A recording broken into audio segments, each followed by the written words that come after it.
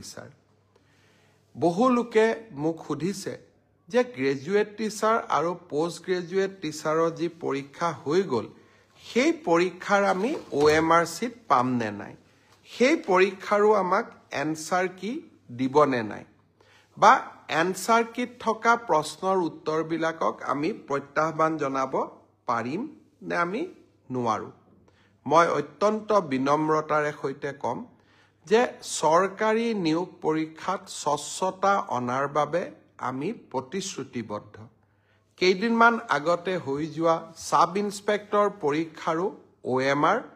আৰু এনসাৰ কিসমূহ ইতিমধ্যে সেৱাই মুকলি কৰি দিছে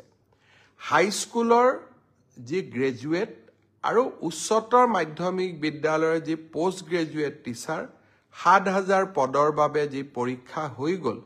সেই পৰীক্ষাৰো এনসাৰ কি আৰু পদৰ সংখ্যাটো অলপ মুৰিফাল সিফাল হ'ব পাৰে কিন্তু পৰীক্ষাটোৰ আনসাৰ কি আৰু OMR চিটসমূহ পৰীক্ষাৰ্থীসকলে যাতে পায়